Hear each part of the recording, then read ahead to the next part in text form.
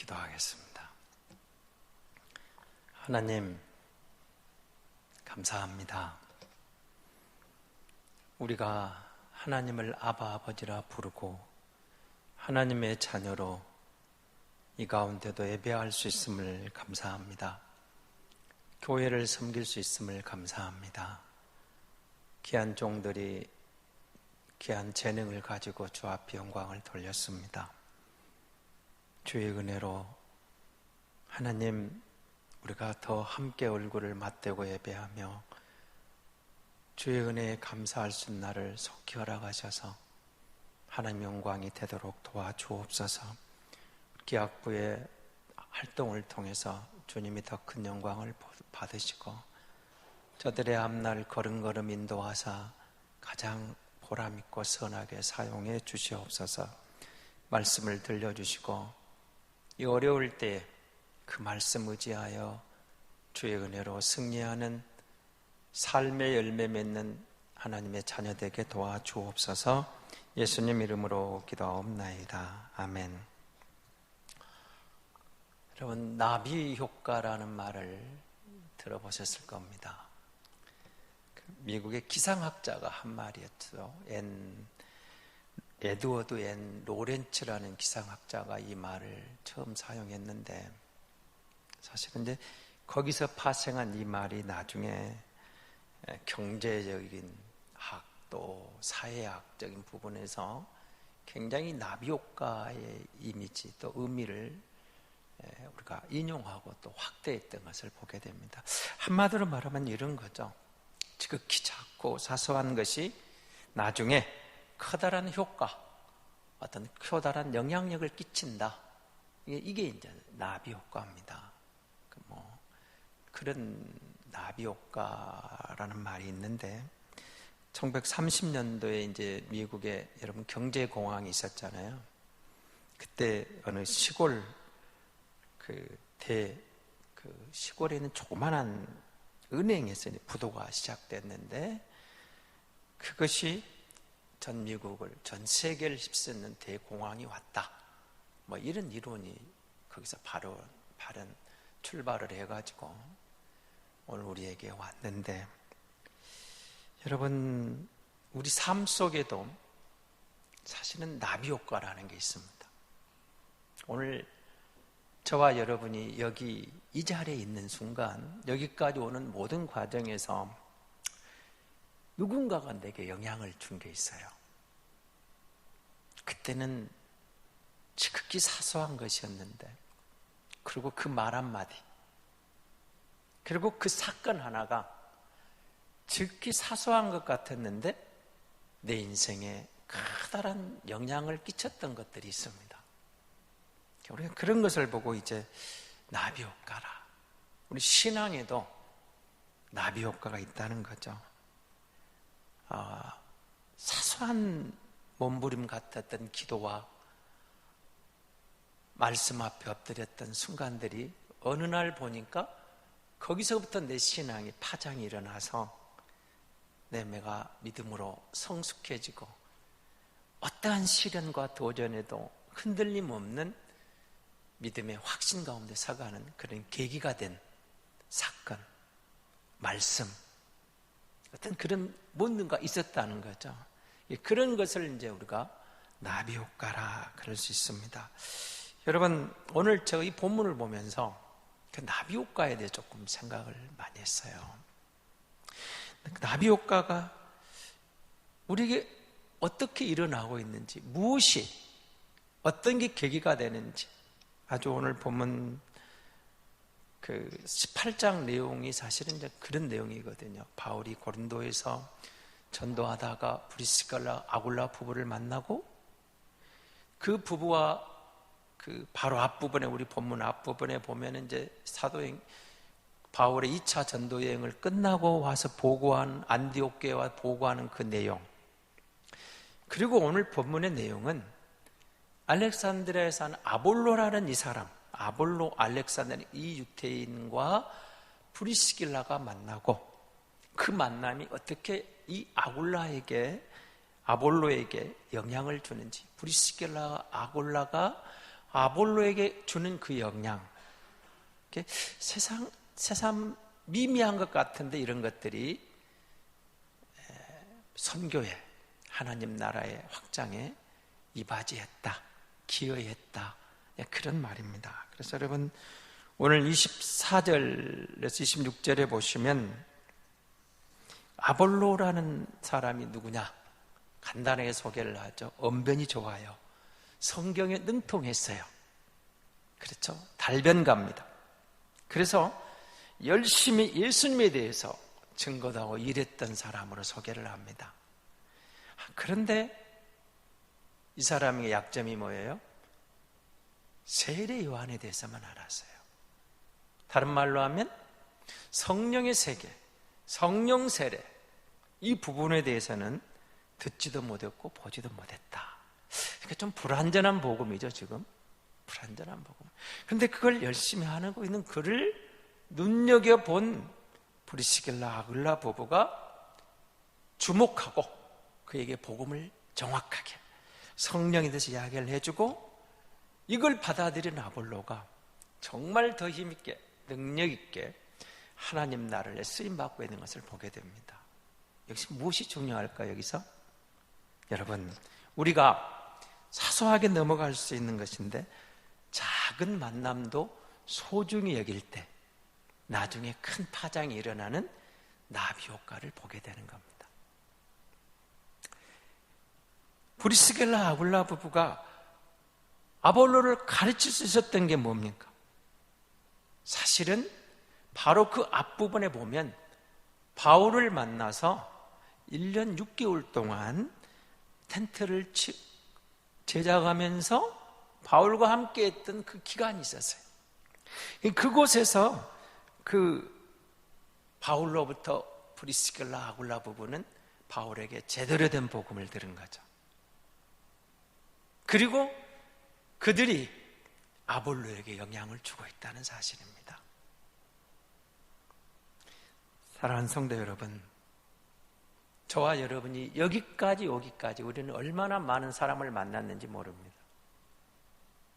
스쳐 지나간 사람, 관심을 끌었던 사람, 그리고 뭔가 내게 의미 있게 다가왔던 사람, 그리고 정말로 내 인생에서 그 사람과 만남이 소중했던 그런 사람들, 많은 사람들이 오고 갔습니다. 그리고 지금도 사실은 우리는 많은 사람을 상대하고 만날 수밖에 없는 그게 삶이거든요. 아쉽게도 이 코로나19인지 뭔가 때문에 우리가 만남에 대해서는 사회적 거리감을 둬야 되는 말도 안 되는 상황이 전개되고 있지만 그럼에도 불구하고 우리는 많은 만남 속에 이루어지는 것이 인생입니다. 만남을 소중히 여길 때 사소한 것 같던 그 사람이 그 만남을 통해서 내 인생에 나중에 큰 파도, 큰 파장을 끼칠 수 있다는 사실을 보여주는 대목이기도 합니다. 우리가 할 수 없는 그게 있다는 거죠. 그리고 여러분, 우리가 그 만남이라는 것은 상황이라는 게 있잖아요. 브리스길라 아굴라 부부도 어쨌든 디아스포라로 쫓겨나야 되는 상황, 바울도 복음을 전하려는 과정, 이런 것들이 있었는데 뭔가 우리에게 상황이 있어요. 상황. 지금 저희들이 맡고 있는 온 세계가 직면한 이 코로나라는 이 상황도 특별한 상황이지만, 재난이지만 또 하나의 상황입니다. 이런 상황 속에서도 여러분, 우리가 뭔가 하나님이 섭리를 믿는 게 신앙이거든요. 때로는 고난, 아픔, 이런 모든 것 속에서 우리가 일반인과 다른 게 있다면 뭐가 있을까요? 바로 하나님에 대한 절대 신뢰입니다. 뭐 이걸 가지고 누구를 정죄하고 막 심판하고 그럴 필요는 없겠지만 우리가 믿는 것 하나 있습니다. 하나님은 이 상황 속에서도 일하고 계신다. 이런 상황 속에 하나님의 섭리가 있다. 그렇다면 우리는 이 상황에 대해서 불평하고 원망하고 정죄하기보다는 하나님을 향하여 우리가 겸손하게 무릎을 꿇고 이 상황을 통해서 주님이 내게, 우리 교회에게, 우리 나라에, 이 땅에 하나님이 주시는 어떤 메시지가 있다는 데 주목해보는 지혜가 필요하다는 겁니다. 상황에 대해서 주목하는 겁니다. 여러분, 필리핀의 그 대통령으로 부패한 정권을 권력과 정부를 개혁하려고 정말 앞장섰던 막사이사이, 라몬 막사이사이라는 대통령이 있었거든요. 그래서 지금도 여러분 막사이사이라는 상을 주고 있거든요. 민주화에 기여한 전 세계 사람들 중에서 뽑아서 주는데, 이분에 대한 일화 얘기가 있습니다. 이분이 태어나가지고 1년 6개월 만에, 그 당시 필리핀에서는 고칠 수 없는 괴질에 걸려요. 괴질에. 우리 같으면 요즘 이제 이 코로나19에 걸렸다 이런 상황. 근데 그 당시 이게 고칠 수 없는 상황인데, 그 엄마가 1년 6개월 된 아들을 보면서 얼마나 답답했겠어요. 그래서 어느 날 신문에 보니까 마닐라에 이 괴질에 대해서 효과 있는 약 광고가 하나 나와 있던 거예요. 그런데 이 어머니가 그 정보를 갖자마자, 이게 돈도 없는데 사도 못하고 세상에 거기까지 200km를 걸어갑니다. 엄마가. 그래서 200km를 걸어가가지고 거기 가서 그 약을 얻어다가 이 아들을 살려내요. 저는 그 이야기를 들으면서요,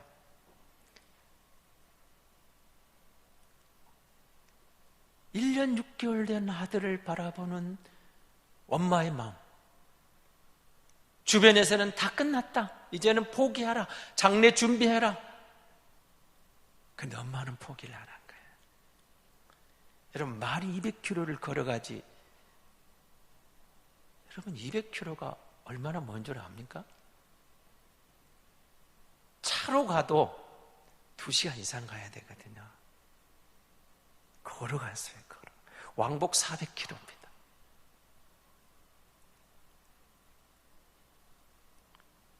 그 엄마가 1년 반 된 아들을 포기하지 않아서 살려냈더니 이 아이가 자라서 부패한 권력에 대해서 정의를 실현하는 훌륭한 일을 해내고, 그리고 필리핀에, 물론 필리핀 민주화 그렇게 됐다 이런 뜻보다는 어쨌든 적어도 불가능한 상황에서 모두가 다 가는 그런 일반화된 사회에서 그는 부정과 부패를 멀리하고 바른 길을 가는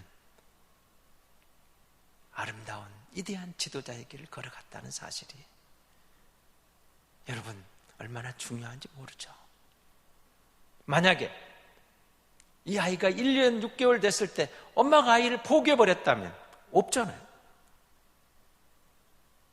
엄마는 그 아들을 포기하지 않은 거예요. 지극히 사소한 것 같은데 그 엄마의 작은 상황에서 헌신이 세계적인 민주주의의 틀을 놓는 한 나라의 위대한 지도자를 만들어냈다는 사실이죠. 그때 그 엄마는 몰랐겠죠.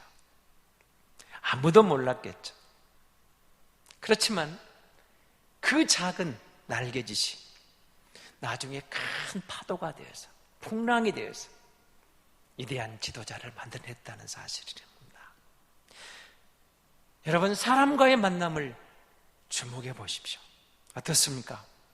여러분이 지금까지 오면서 그걸 하게 된 계기가 있을 거예요.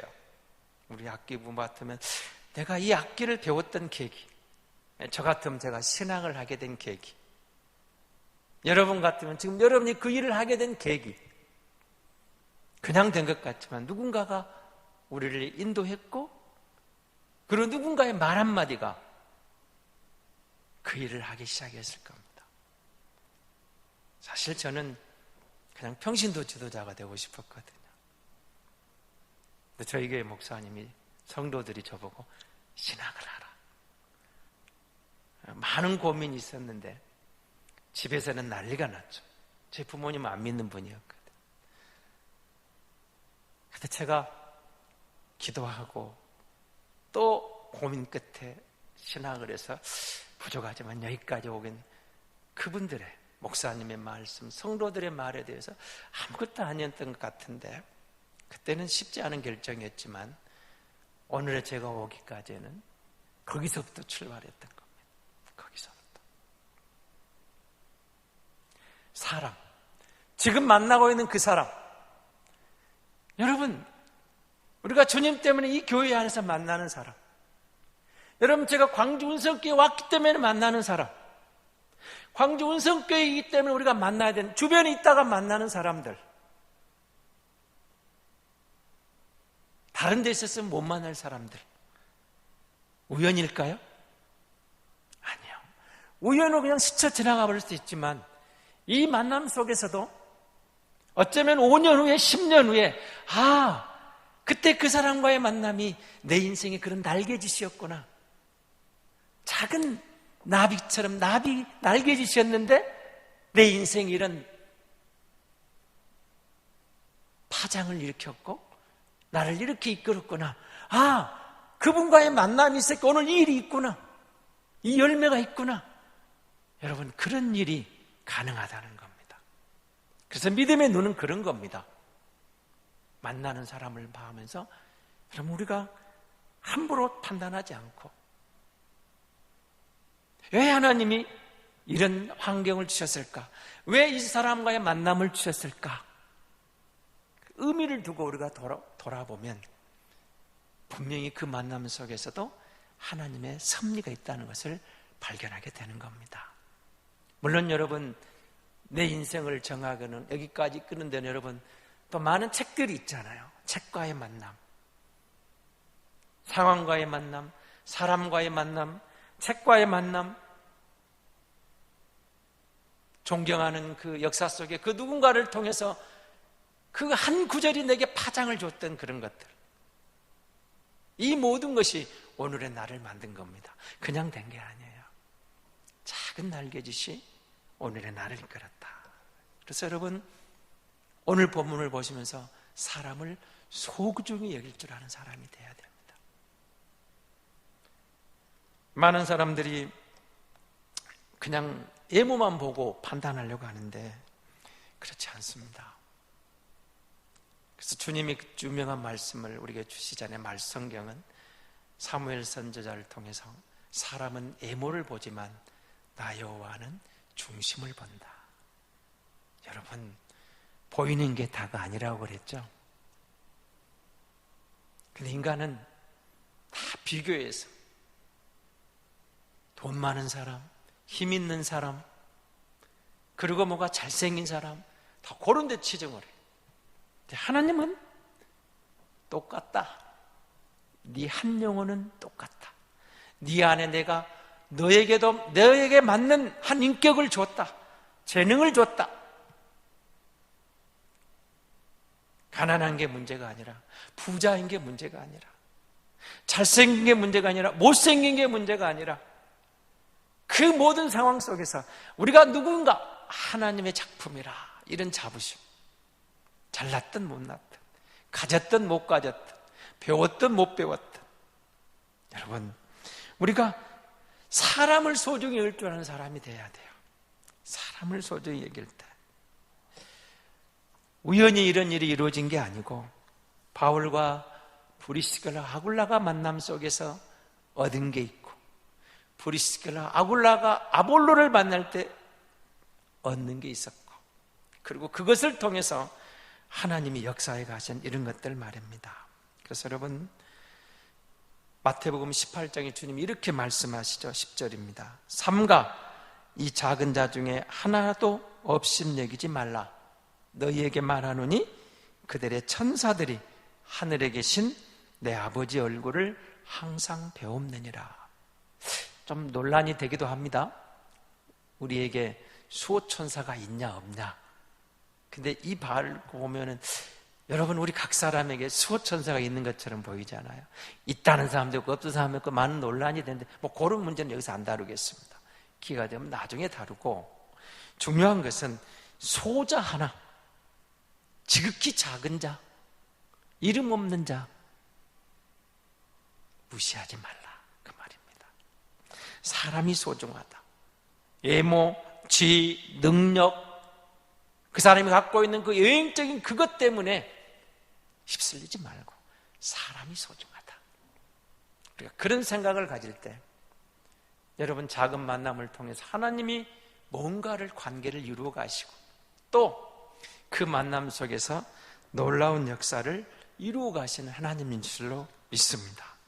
여러분 우리가 밖에 있는 것과 안에 있는 것, 사실은 저와 여러분도 이렇게 여기 몇 분은 마주보고 있고 화상으로 만나고 있지만 여러분 제 마음 모르잖아요. 근데 속을 어떻게 알아요? 속을 몰라요, 사람은. 또 사람은 단 인격이 있고 하나님이 남든 나름대로의 그 사람 고유한 뭐가 있기 때문에 여러분 그 속에서 뭐가 일어나는지 우리는 몰라요. 그 안을 들여다볼 수도 없고 그래서 우리는 사실은 그냥 눈에 보이는 것 같고 쉽게 판단해 버리거든요. 근데 하나님 앞에 우리는 한 인격으로 지음을 받았어요. 똑같은 소중한 인격으로 똑같습니다. 그런 인격. 지금은 이제 노예들이 사라졌지만 19세기 초반만 해도 노예가 있었는데 아프리카 흑인들이 주로 소위 말하는 제국들의 희생이 되잖아요. 영국, 스페인, 네덜란드 이런 사람들이 배를 타고 가서 흑인들을 잡아가지고 노예로 팔았어요. 노예로.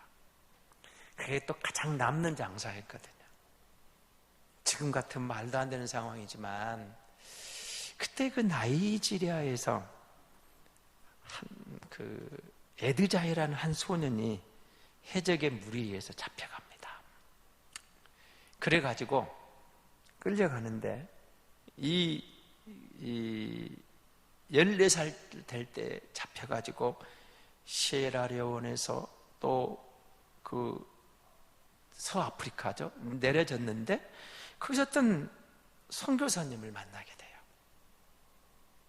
근데 이 노예로 잡혀온 이 아이를 선교사님이 긍휼히 여겨서 그에게 공부를 시켜요.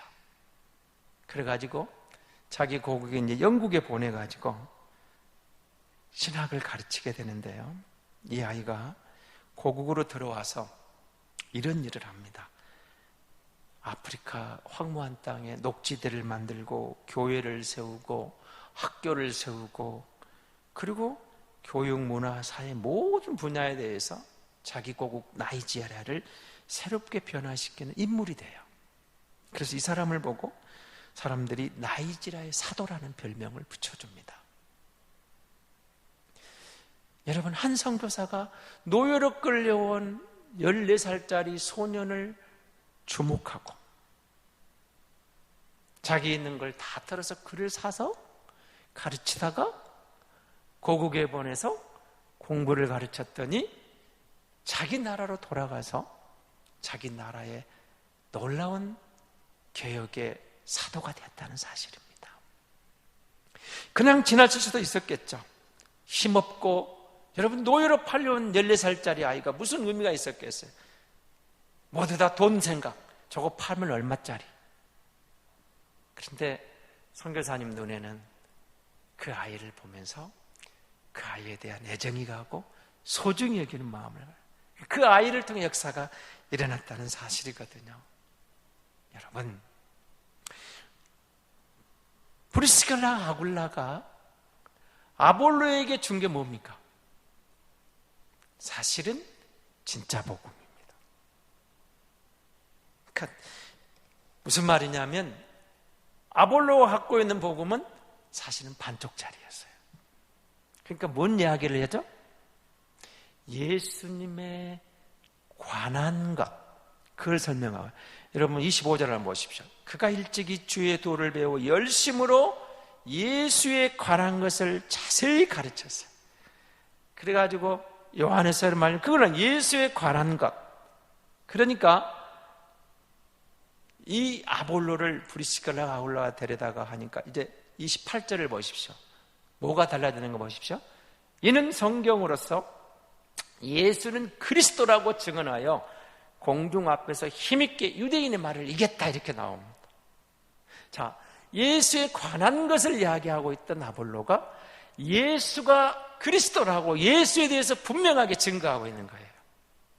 그러니까 예수에 대해서, 예수에 관한 이야기를 들려주다가 예수가 그리스도야, 예수가 메시아야, 예수가 길이야, 예수가 진리야, 예수가 생명이야, 예수를 모르면 안 돼. 유대인들이 율법이 얼마나 정통한 사람들입니까?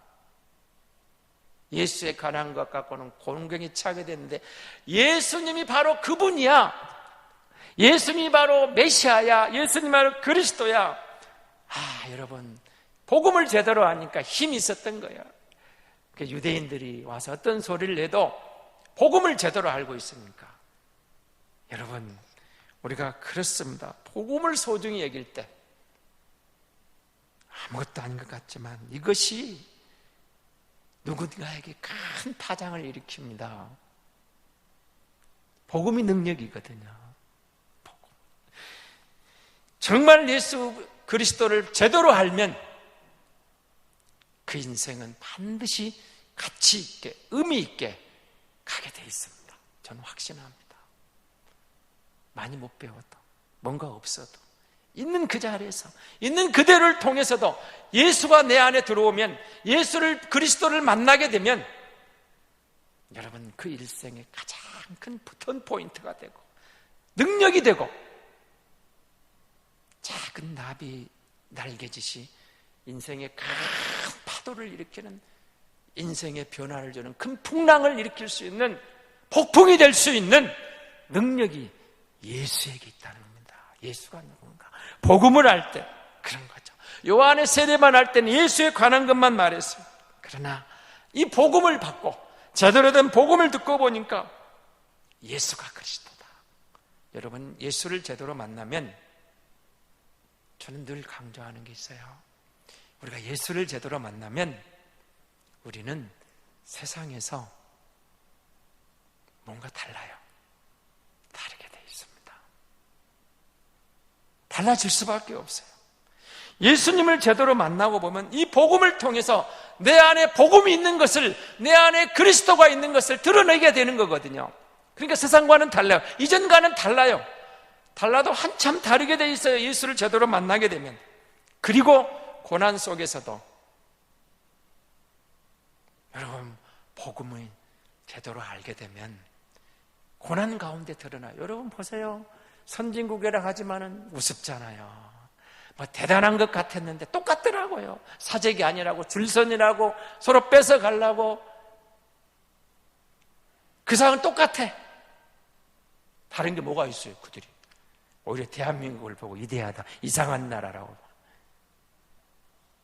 여러분, 그런데 복음이 들어오고 보니까 그 가운데서도 당신 먼저 가세요. 사다가 힘없는 할아버지 할머니 문고리에다가 걸어주는 마음이 생기는 거예요. 내가 예수를, 나를 챙기려고 몸부림치는 이기적인 세상을 향하여 주님이 내 안에 들어오고 보니까 남을 배려하는 마음이 들어온 거예요. 어려울 때, 고난당할 때 그런 거예요. 마스크 많은 부자라고요? 여러분, 내게 있는 마스크도 옆 사람에게 아무것도 아닌 것 같지만 작은 감동을 줄 수 있잖아요. 주님이 내 안에 들어오고 보니까 고난 속에서도 나를 희생할 수 있는 마음이 생기고, 그 고난 속에서도 여러분, 우리가 복음 안에서 변화된 내 모습, 내 삶 속에서 예수가 그리스도인 것이 드러나더라는 거예요. 예수가 나의 그리스도입니다. 예수가 우리의 생명입니다. 예수가 우리가 찾던 그 메시아입니다.